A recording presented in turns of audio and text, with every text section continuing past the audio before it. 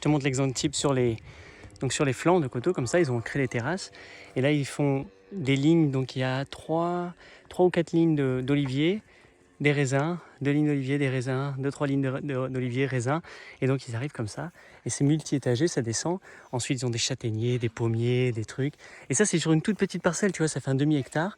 Et tu vois, alors, au milieu, il y a ils font pousser plein de courges, des citrouilles, des pastèques, des melons. Et donc là, ils récoltent. Alors après, c'est intéressant, c'est qu'ils récoltent toutes les matières organiques, ils en font des tas et ils les brûlent. Alors bon, je sais pas, peut-être que les cendres, c'est mieux pour eux de les mettre, mais voilà, c'est comme ça. Et ils irriguent d'une façon, tu vois, ils prennent les sources et ils viennent irriguer avec leurs sources, ou alors ils font des petites tranchées et ils irriguent par inondation en fait. Ils viennent inonder, ça remplit plein de petites tranchées et ça se remplit d'eau. Donc voilà, magnifique. Vive la vie. Salut les amis, regarde, devant tous les petits villages, toutes les petites maisons, il y a plein de citrouilles. Genre ils ont tous leur récolte, c'est hallucinant, ils les laissent dehors, il y en a ça remplit tous les murs comme ça, c'est magnifique, sur les toits ils les mettent. Et là le mec il a un tout petit espace de jardin, tu vois pas beaucoup, ça vous êtes plein à voir des espaces comme ça, des petits pelouses, des petits carrés. Et regarde, il plante ses choux là donc juste devant, sur le bord de route, à l'intérieur je suis sûr qu'il y a des radis, des betteraves. Là il y a des amandiers et pêchers, et là il a plein de vignes, il a 3-4 lignées de vignes où il fait ses courges à l'intérieur. Bref, c'est petit. Et tu vois la densité qu'il a mis, il peut faire encore plus dense, il peut mettre encore plus d'arbres.